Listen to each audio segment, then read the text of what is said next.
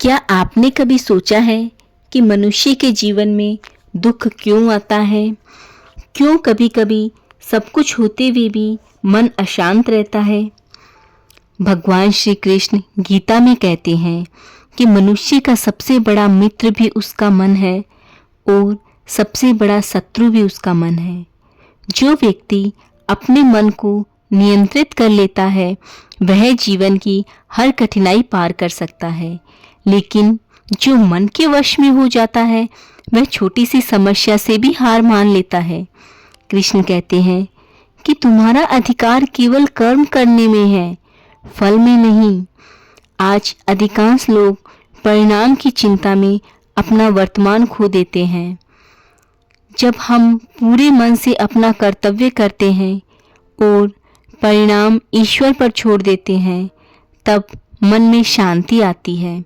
सफलता मिले तो अहंकार नहीं और असफलता मिले तो निराशा नहीं। यही गीता का संदेश है।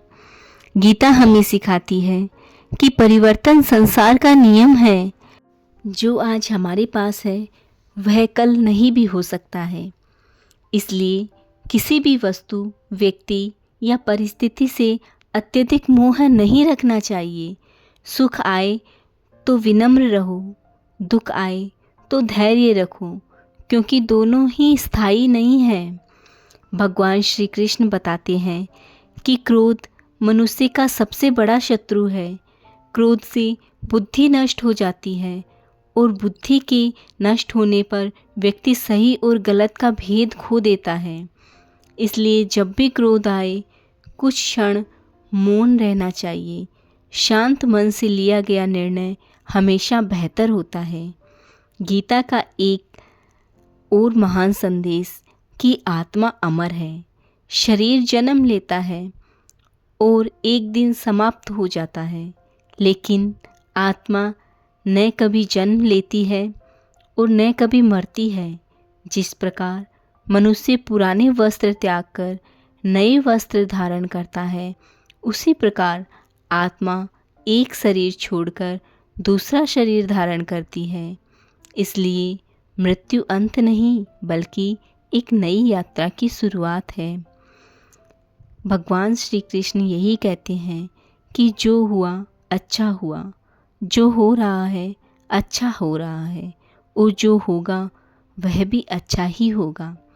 इसका अर्थ यह नहीं कि जीवन में प्रयास करना छोड़ दें, बल्कि इसका अर्थ है कि हर परिस्थिति को ईश्वर की इच्छा मानकर स्वीकार करें और आगे बढ़ते रहें।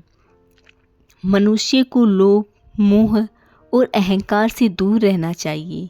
धन, पद और प्रतिष्ठा जीवन को सुविधाएं दे सकते हैं, लेकिन सच्ची शांति नहीं दे सकते।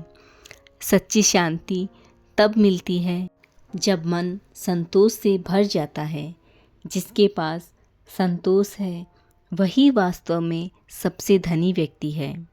गीता हमें यह भी सिखाती है कि हर प्राणी में ईश्वर का अंश है, इसलिए किसी से घृणा नहीं करनी चाहिए।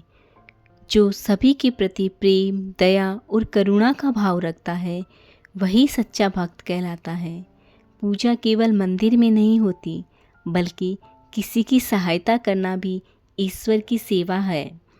भगवान श्री कृष्ण कहते हैं कि भय तब उत्पन्न होता है जब हम स्वयं को अकेला समझते हैं। जो व्यक्ति ईश्वर पर विश्वास रखता है वह कठिन से कठिन परिस्थिति में भी साहस नहीं खोता। विश्वास वह शक्ति है जो अंधकार में भी प्रकाश दिखाती है।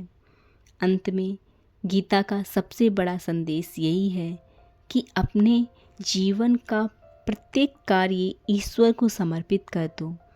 जब कर्म पूजा बन जाता है तब जीवन बोझ नहीं बल्कि एक सुंदर यात्रा बन जाता है। इसलिए चिंता छोड़ो, कर्म करो, सत्य के मार्ग पर चलो, अपने मन को जीतने का प्रयास करो और ईश्वर पर विश्वास रखो। यही गीता का सार है, यही सफल और शांति का मार्ग है।